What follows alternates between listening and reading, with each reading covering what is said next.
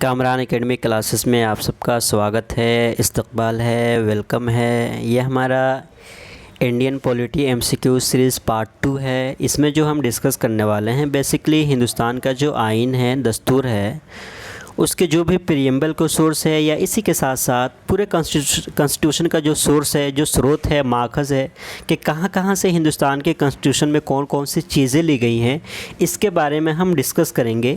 इसी के साथ साथ इस वीडियो का पीडीएफ आप Telegram link Kamran academic classes से जाके भी डाउनलोड कर सकते हैं। और इसी के साथ साथ कंटिन्यू जो है हम 15 से 20 एमसीक्यू सीरीज़ बनाएंगे पॉलिटी पे, और उसके ज़रिए से जितने भी इम्पोर्टेंट टॉपिक हो सकते हैं उन तमाम टॉपिक्स को कवर करने की कोशिश करेंगे। तो आज का जो सबसे पहला क्वेश्चन है वो ये है, the constitution of India borrowed the scheme of Indian federation from the constitution. तो इसका जो करेक्ट आंसर है वो है ऑप्शन बी, यानी कि कनाडा के कॉन्स्टिट्यूशन से हिंदुस्तान का जो फेडरेशन का जो सिस्टम है वो कनाडा के कॉन्स्टिट्यूशन से अडॉप्ट किया गया है, बोरो किया गया है। Question number 22, the union constitution closely follows the constitutional system of. तो इसका जो करेक्ट आंसर है बेसिकली बहुत ही क्लोजली अगर फॉलो करता है तो वो यूके कॉन्स्टिट्यूशन को फॉलो करता है। Question number 3, which of the following is a feature common to both the Indian federation and the American federation. तो इसका जो करेक्ट आंसर है वो हो जाएगा ऑप्शन डी, यानी कि a federal supreme court to interpret the constitution, कि एक फेडरल सुप्रीम कोर्ट होता है कि कॉन्स्टिट्यूशन को इंटरप्रेट करता है। तो ये दोनों चीज़ें जो है वो समानता हमें दिखती है हिंदुस्तान के फेडरेशन में और अमेरिकन फेडरेशन में। Question number 4, the inspiration of liberty equality fraternity was drive from. तो ये बहुत बार क्वेश्चन पूछा जाता है कि हिंदुस्तान के प्रीएम्बल में जो लिबर्टी इक्वालिटी फ्रैटर्निटी है उसको कहाँ से ड्राइव किया गया है, कहाँ से लिया गया है। तो इसका जो करेक्ट आंसर है वो है ऑप्शन बी, फ्रेंच रिवॉल्यूशन जब हुआ 1789 में, तो बेसिकली ये फ्रेंच रिवॉल्यूशन का नारा ही बन गया था, स्लोगन ही बन गया था कि हमें वहाँ के जो लोग थे, रिवॉल्यूशनरी थे, वो 3 चीज़ों को डिमांड कर रहे थे कि हमें लिबर्टी चाहिए, इक्वालिटी चाहिए एंड फ्रैटर्निटी चाहिए। Question number 5, Indian president and prime minister are replica of the heads of the state of which country. तो इसका जो करेक्ट आंसर है वह है ऑप्शन ए। जिस तरीके से ब्रिटेन के क्राउन होती हैं, मलिका होती है, सेम वैसे ही पावर जो है वो हिंदुस्तान का प्रेसिडेंट का भी होता है। इस वजह से इसका जो करेक्ट आंसर है वह है ऑप्शन ए, ब्रिटेन। बहुत लोग गलती में अमेरिका भी लगा देते हैं। अमेरिका के जो प्रेसिडेंट होते हैं उनके पास पावर्स बहुत ज़्यादा होती है, ऑथोरिटी बहुत ज़्यादा होती है, लेकिन हिंदुस्तान के जो अगर हम बात करते हैं ना कि एक जो होता है ऑफिशियल हेड होता है और एक एग्जीक्यूटिव हेड होता है। तो जब हम एग्जीक्यूटिव हेड के बारे में बात करते हैं तो executive head of India is PM, और जो ऑफिशियल होते हैं वो सिर्फ नॉमिनल नाम के बराए नाम के होते हैं, सदर होते हैं, लेकिन एग्जीक्यूटिव जो हेड होते हैं वो हमारे हिंदुस्तान के पीएम होते हैं। इस वजह से समानता जो हमें देखने को मिलती है हेड ऑफ द स्टेट का, तो वो ब्रिटेन से मिलती है, क्योंकि वहाँ पे क्राउन का जो स्टेटस है वो हिंदुस्तान के प्रेसिडेंट को है, और वहाँ का पीएम भी बहुत ज़्यादा पावरफुल होता है। वहाँ पर भी पार्लियामेंट्री फॉर्म ऑफ गवर्नमेंट है और हिंदुस्तान में भी पार्लियामेंट्री फॉर्म ऑफ गवर्नमेंट है। Question number 6, the president of the Indian union has the same constitutional authority as the. तो इसका भी जो करेक्ट आंसर हो जाएगा वह है option A, British monarch. Question number 7, which of the following describes India as a secular state. तो इसका जो करेक्ट आंसर हो जाएगा वो हो जाएगा हमारा preamble to the constitution. Constitution में ही सेकुलर वर्ड को लाया गया है, जो बाद में ऐड किया गया था 42 अमेंडमेंट के ज़रिए से, और उसके बाद से हमारे हिंदुस्तान को एक सेकुलर स्टेट माना गया, यानी कि जहाँ पे धर्म के मामले में पक्षपात नहीं किया जाएगा, किसी धर्म के साथ डिस्क्रिमिनेशन नहीं किया जाएगा, स्टेट का कोई अपना धर्म नहीं होगा। Question number 8, in the parliamentary form of government real powers of the state are vested in the. तो इसका जो करेक्ट आंसर हो जाएगा वह है option A, council of ministers headed by the prime minister. Council of minister सबसे ज़्यादा powerful होते हैं और उसका जो हेड होता है वो प्राइम मिनिस्टर होता है। Question number 9, which of the following is not a basic features of the Indian constitution. तो इसका जो करेक्ट आंसर है वह है हमारा option A, presidential government Hindustan में नहीं है, बल्कि पार्लियामेंट्री फॉर्म ऑफ गवर्नमेंट है, फेडरल भी गवर्नमेंट है, एंड इंडिपेंडेंस ऑफ जुडिशरी भी है, यानी कि option B, C and D ये चारों करेक्ट है, और लेकिन जो गलत है वो हमारा ऑप्शन ए हो जाएगा। Question number 10, which of the following is a feature of the parliamentary form of government. तो इसका जो करेक्ट आंसर हो जाएगा वो है executive is responsible to legislature. जो हिंदुस्तान के एग्जीक्यूटिव होते हैं वो लेजिस्लेचर के सामने रिस्पॉन्सिबल होते हैं, जवाबदेह होते हैं। Question number 11, match the following constitutional provision sources. तो फेडरेशन का जो सिस्टम है वो कनाडा से लिया गया है, तो ए का 3 हो जाएगा।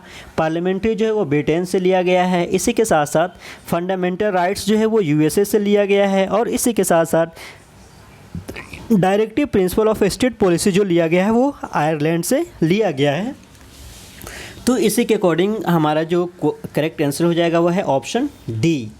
तो ये ध्यान में रखिएगा। और बेसिकली हमें ये भी देखना है कि हाँ फेडरेशन जो लिया गया है वो कनाडा से, parliamentary form of government Britain से, directive principle of state policy DPSP जिसको हम बोलते हैं वो कहाँ से लिया गया है, आयरलैंड से लिया गया है। एंड फंडामेंटल राइट्स जो है वो यूएसए से लिया गया है। Question number 12, which of the following features does the Indian constitution borrow from the Weimar constitution of Germany. Germany से कौन सा हिंदुस्तान का फीचर्स में, हिंदुस्तान की कॉन्स्टिट्यूशन में वो कौन सा फीचर है जो वेमर रिपब्लिक ऑफ जर्मनी से लिया गया है। बेसिकली अगर हम बात करते हैं हिटलर के आने से पहले वहाँ पे जो हुकूमत चल रही थी वो वेमर रिपब्लिक के नाम से जाना जाता था। फिर नाजी पार्टी को वहाँ पे बहुत ज़्यादा पावरफुल हो जाती है और फिर 1933 में जाते जाते वहाँ पे हिटलर चांसलर बन जाते हैं और फिर नाजी पार्टी का वहाँ पे बोलबाला हो जाता है। तो क्वेश्चन नंबर 12 का जो करेक्ट आंसर हो जाएगा वह है ऑप्शन डी। यानी कि हमें क्या होता है कि बहुत सारे हमारे पास फंडामेंटल राइट्स होते हैं, नेशनल इमरजेंसी के ज़रिए से उसको भी सस्पेंड कर दिया जाता है। तो ये प्रावधान जो है वो वेमर रिपब्लिक ऑफ जर्मनी के कॉन्स्टिट्यूशन से लिया गया है। Question number 13, match the following constitutional feature sources. तो इसको भी देखना है, हमारे लिए बहुत ज़्यादा ज़रूरी है। जैसे अभी हम लोगों ने directive principles of state policy को देखा था कि वो आयरिश कॉन्स्टिट्यूशन से लिया गया था। Suspension of fundamental rights during emergency अभी हम लोगों ने बात किया कि वो जर्मन कॉन्स्टिट्यूशन से लिया गया है। अब हमारे पास 2 चीज़ें और बढ़ जाती है। तो इसका सबसे पहले करेक्ट आंसर हो जाएगा वो है ऑप्शन बी। यानी कि 4 का 4 रूल ऑफ लॉ जो है वो कहाँ से लिया गया है, ब्रिटिश से लिया गया है, ब्रिटेन से लिया गया है। ऑप्शन बी का जो करेक्ट आंसर हो जाएगा वो है ऑप्शन 3, यानी कि डायरेक्टिव प्रिंसिपल जो है वो आयरलैंड से लिया गया है।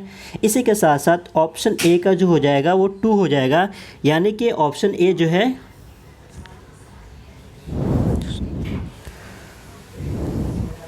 हाँ, इसमें बेसिकली अगर हम देखेंगे बेसिकली कि और जो चीज़ है वो हमारा ऑप्शन ए जो है वो हमारा 2 हो जाएगा। यानी कि रूल ऑफ लॉ जो है वो ऑस्ट्रेलिया से लिया गया, ब्रिटेन से नहीं लिया गया, सॉरी।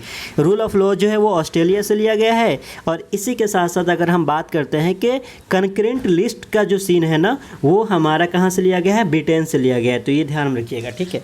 तो ये हमें ध्यान रखना है। Question number 14, which of the following features and their sources is wrongly matched.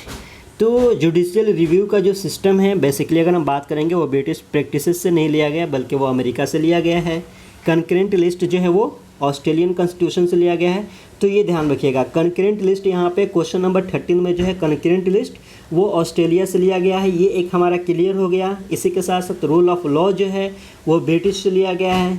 इसी के साथ साथ directive principle of state policy जो है वो आयरलैंड से लिया गया है। And suspension of fundamental rights during emergency वो जर्मन कॉन्स्टिट्यूशन से लिया गया है। तो ये सारी चीज़ें हमें याद रखना है। ब्रिटेन से रूल ऑफ लॉ को, directive principle of state policy को जो लिया गया है वो आयरलैंड से लिया गया है। कंकरेंट लिस्ट को जो है ऑस्ट्रेलियन कॉन्स्टिट्यूशन से लिया गया है।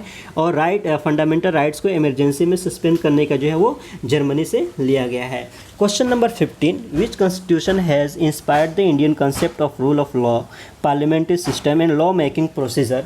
तो इसका जो करेक्ट आंसर हो जाएगा वो है option B, British constitution. Question number 16, the constitution of India is design to work as a unitary government. तो ये जो बेसिकली है इसका जो करेक्ट आंसर हो जाएगा option B, in times of emergency. Question number 17, which of the following features of the constitution of India doesn't resemble the American constitution. तो इसका जो करेक्ट आंसर हो जाएगा वो है parliamentary form of government America में नहीं है, वहाँ पे प्रेसिडेंशियल फॉर्म ऑफ गवर्नमेंट है। अमेरिका का भी रिटेन कॉन्स्टिट्यूशन है, फेडरल फॉर्म ऑफ गवर्नमेंट वहाँ पे भी है, फंडामेंटल राइट्स, ये सारी चीज़ें वहाँ से ली गई है। सिर्फ पार्लियामेंट्री फॉर्म ऑफ गवर्नमेंट जो है वो हिंदुस्तान का नहीं है, हिंदुस्तान में जो लिया गया है वो इंग्लैंड से लिया गया है। Question number 18, which of the following emerges clearly from the preamble. तो इसका जो करेक्ट आंसर हो जाएगा वह है ऑप्शन डी, यानी कि द सोर्स ऑफ ऑथोरिटी, ये जो लिया गया है वो हिंदुस्तान का प्रीएम्बल से लिया गया है। Question number 19, the Indian constitution has brought the ideas of preamble from. इसका जो करेक्ट आंसर है वह है ऑप्शन डी, अमेरिका के कॉन्स्टिट्यूशन से लिया गया है, तो ये भी ध्यान रखिएगा। क्वेश्चन नंबर 20, सेकुलरिज्म मीन्स तो a system of political and social philosophy that doesn't favour any particular religious faith. तो इसका जो करेक्ट आंसर हो जाएगा वो ऑप्शन डी हो जाएगा, यानी कि पॉलिटिकल और सोशल फिलोसफी जो किसी रिलीजियस फेथ को पार्टिकुलर जो है सपोर्ट नहीं करेगा, बल्कि सबको इक्वली एक निगाह से देखेगा। Question number 21, in a federal state. तो इसका जो करेक्ट आंसर हो जाएगा वह है option A, states are more powerful than the centre. Question number 22 जो है वो है हमारा India opted for a federal form of government because of. तो इसका जो करेक्ट आंसर हो जाएगा वो है हमारा linguistic and regional diversity Hindustan में बहुत ज़्यादा है, इस वजह से हिंदुस्तान का जो फेडरल फॉर्म ऑफ गवर्नमेंट बनाया गया। Question number 23, the preamble of the Indian constitution reads. तो इसका जो करेक्ट आंसर हो जाएगा वह है option D, we the people of India in our constituent assembly adopt, enact and give to our self this constitution. ये है exact word है, वो वर्ड कौन कौन सही है वो आपको रिजम्बल करना है, तो इसका जो करेक्ट आंसर हो जाएगा वह है option D. Question number 24, which of the following statement is correct. इसका जो करेक्ट आंसर हो जाएगा हमारा कि कौन सही है। क्वेश्चन नंबर सी जो है और इसका जो करेक्ट आंसर हो जाएगा वह है option C, preamble is the part of the basic structure of the constitution and can be amended only if no changes in the basic structure is made. तो बेसिकली प्रीएम्बल के बारे में अगर हम बात करते हैं तो प्रीएम्बल को जो बेसिक स्ट्रक्चर है उसमें कोई भी चेंजिंग नहीं की जा सकती है, तभी जाके अमेंडमेंट किया जाएगा। अगर उसके बेसिक स्ट्रक्चर में चेंजिंग की जाएगी तो अमेंडमेंट नहीं किया जा सकता है कॉन्स्टिट्यूशन में। Question number 25, the word socialist, secular and unity and integrity of the nation was added to our constitution. तो इसका जो करेक्ट आंसर है वो 1976 में बेसिकली इंदिरा गांधी ने अमेंडमेंट करवाया था और उसी के ज़रिए से ये सारे वर्ड को प्रीएम्बल में ऐड किया गया था। Question number 26, the correct nomenclature of the India according to the preamble is. तो इसका जो करेक्ट आंसर हो जाएगा वह है ऑप्शन सी, सबसे पहले जो है sovereign, socialist, secular, democratic and republic. यह है सीक्वेंस जो हमारा कॉन्स्टिट्यूशन में के प्रीएम्बल में है, तो ये भी हमें ध्यान में रखना होगा कि एग्जैक्ट हमारा नोमेनक्लेचर जो करेक्ट सीक्वेंस होगा वो क्या हो जाएगा, sovereign, socialist, secular, democratic and republic. Question number 27, India is a democratic republic because. तो इसका जो करेक्ट आंसर हो जाएगा वह है option B, the head of the state is elected by the people. कि जो हेड ऑफ द स्टेट होता है उसको प्रेसिडेंट कौन इलेक्ट करता है, यहाँ के लोग इलेक्ट करते हैं, इस वजह से ये डेमोक्रेटिक नेचर का है। Question number 28, the preamble of our constitution is contains the spirit of the constitution. तो ये हो जाएगा ऑप्शन 2 इसका करेक्ट आंसर हो जाएगा। Question number 29, which of the following is not part of the preamble to the Indian constitution. Secularism है, socialism है, democratic republic है, लेकिन यहाँ पे फेडरलिज्म हमें देखने को नहीं मिलता है, तो इसका जो करेक्ट आंसर हो जाएगा वो है option D. Question number 30, the source of India sovereignty lies in the. तो इसका जो करेक्ट आंसर हो जाएगा वो है option D, preamble of the constitution जो है वहाँ पे सोवेरेंटी वर्ड हमें मिलता है, तो ये हो गया। क्वेश्चन नंबर 31 जो है, which among the following mauve the objective resolution which form tile basis of the preamble of the constitution of India in the constituent assembly on December 13, 1946। तो इसका जो करेक्ट आंसर है वह है ऑप्शन डी, पंडित जवाहरलाल नेहरू ने objective resolution को सबसे पहले जो है कॉन्स्टिट्यूंट असेंबली में लेकर गए और वही ऑब्जेक्टिव रेजोल्यूशन जो है वो हमारा प्रीएम्बल बन गया। और ऑब्जेक्टिव रेजोल्यूशन को जो तैयार करने वाले थे सबसे पहले वो थे Motilal Nehru. Question number 32, match the list 1 with list 2 and select the correct answer using the codes given below. तो अब क्या है, हमें ये देखना है सबसे पहला कि amendment of the constitution, directive principles of the state policy, emergency power of the president, the union state relationship. तो सबसे पहले हमारा देखना यह है कि कॉन्स्टिट्यूशन ऑफ जर्मनी जो है वहाँ से हमने क्या लिया है कि वहाँ से हमने emergency power of the president लिया है, ठीक है। तो बेसिकली सी का जो हो जाएगा वो ए हो जाएगा। इसी के साथ साथ कनाडा से जो है हमने क्या लिया है, तो कनाडा से बेसिकली जो हमने लिया है वह है हमारा directive principles of state policy को हमने लिया है। इसी के साथ साथ और जो हो जाएगा यूनियन स्टेट रिलेशनशिप, इसका जो करेक्ट आंसर हो जाएगा वह है ऑप्शन बी, यानी कि 4 का 1 हो जाएगा। कॉन्स्टिट्यूशन ऑफ जर्मनी में 4 का क्या हो जाएगा, 4 में हमारा क्या है, द यूनियन स्टेट रिलेशनशिप को कहाँ लिया गया है,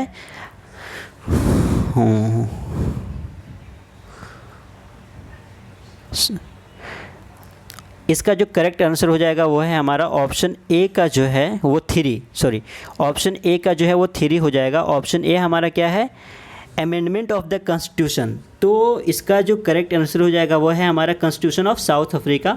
साउथ अफ्रीका से अमेंडमेंट का जो सिस्टम होता है वह कहाँ से लिया गया है, साउथ अफ्रीका से लिया गया है, ठीक है।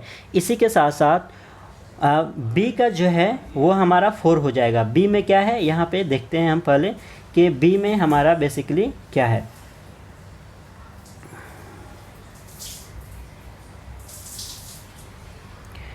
बी में हमारा जो है वो directive principle of state policy है। और बी का हम यहाँ पर अगर देख रहे हैं तो हमारा बी का क्या है, 4 है। और 4 में हमारा अगर देखेंगे तो वह है आयरिश कॉन्स्टिट्यूशन। तो बेसिकली हमारा directive principle of state policy जो है वो आयरलैंड से लिया गया है। इसी के साथ साथ इमरजेंसी पावर जो है वो कहाँ से लिया गया है, जर्मनी से लिया गया है। और एक जो बच जा रहा है वो है हमारा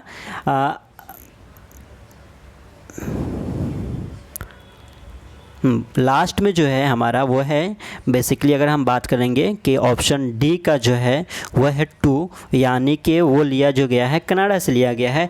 यूनियन स्टेट रिलेशनशिप जो है वो कनाडा से लिया गया है। तो यूनियन स्टेट रिलेशनशिप कनाडा से आपको ये याद में रखना है। उसी के साथ साथ अगर हम बात करते हैं कि emergency of power of the president जो है वो कहाँ से लिया गया है, जर्मनी से लिया गया है। अमेंडमेंट का जो सिस्टम है वो कहाँ से लिया गया है, साउथ अफ्रीका से लिया गया है। और आयरिश कॉन्स्टिट्यूशन से क्या लिया गया, directive principle of state policy. Question number 33, in India the concept of single citizenship is adopted from. तो ये सिंगल सिटीजनशिप जो है वो इंग्लैंड से लिया गया है। अमेरिका में जो है वो डुअल सिटीजनशिप है। Question number 34, the Indian constitution comprises of. तो अभी के अगर सिनारियो में बात करेंगे तो 448 आर्टिकल्स है, 25 पार्ट्स है एंड 12 शेड्यूल है हिंदुस्तान के कॉन्स्टिट्यूशन में। और पहले जो था वो 395 था, तो वो याद रखना है। क्वेश्चन नंबर 35 जो है, from which of the countries constitution of India has adopted fundamental duties. तो इसका जो करेक्ट आंसर हो जाएगा वह है यूएसएसआर से फंडामेंटल ड्यूटीज़ को लिया गया है। और लास्ट जो टोटल फंडामेंटल ड्यूटीज़ जो है वो टोटल 11 हैं। और लास्ट जो है बेसिकली वो ये ऐड किया गया था 51A के ज़रिए से कि जितने भी स्टेट के लोग हैं वो 14 साल के बच्चों को कम से कम 14 साल तक के बच्चों को स्कूल में भेजे पढ़ने के लिए। 36 the word socialist was added to the preamble. Its main aim is to basically eliminate inequality in economic and political status. Socialist का मतलब ये होता है कि इकोनॉमिक और पॉलिटिकल स्टेटस में जो इन इक्वालिटी है उसको ख़त्म करने की बात की जाती है। तो इसका जो करेक्ट आंसर हो जाएगा वह है option A. Question number 37, which of the pairs is correctly matched.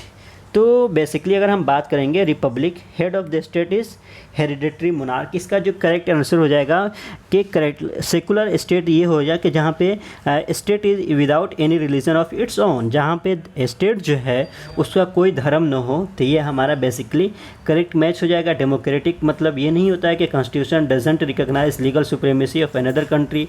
Sovereign के भी मतलब नहीं होता है कि constitution rest on people's will, ये भी नहीं होता है। तो इसका जो करेक्ट मैच जो हो जाएगा वो है ऑप्शन डी। सेकुलर मतलब होगा कि स्टेट का अपना कोई धर्म न हो। Question number 38, the preamble enshrines certain ideas that were first spelled out in the speech of by Jawaharlal Nehru on the banks of river Ravi when he called from Purna Swaraj। तो इसका जो correct answer है कि वो हो जाएगा हमारा option D कि the objective resolution adopted by the constituent assembly. Question number 39 the part of the constitution that reflects the mind and ideas of the framers is, तो इसका जो करेक्ट आंसर हो जाएगा वह है हमारा ऑप्शन सी प्रियम्बल्स। क्या बेसिकली जो भी मेन आइडियाज़ हैं ना फ्रेमर्स का वो हमें प्रियम्बल में देखने को मिल जाता है। अगर आप प्रियम्बल को समझ लेंगे तो हिंदुस्तान के कॉन्स्टिट्यूशन को ही समझ लेंगे। Question number 40 which of the following determines that the Indian constitution is federal, तो इसका जो करेक्ट आंसर हो जाएगा वह है ऑप्शन डी, यानी कि distribution of powers between the centre and state. Power जो है बेसिकली शेयर किया जाता है सेंटर और स्टेट के दरमियान में। तो ये टोटल हमारे आज के क्वेश्चन हो गए। इसके बाद से फिर हम और जो भी टॉपिक है पॉलिटिकल साइंस के उसके ऊपर हम वीडियोस लेकर आएंगे, और इसी के साथ साथ आप अपने आप को मज़ीद अपडेट रखने के लिए मेरे चैनल से जुड़े रहिए। Once again thank you so much.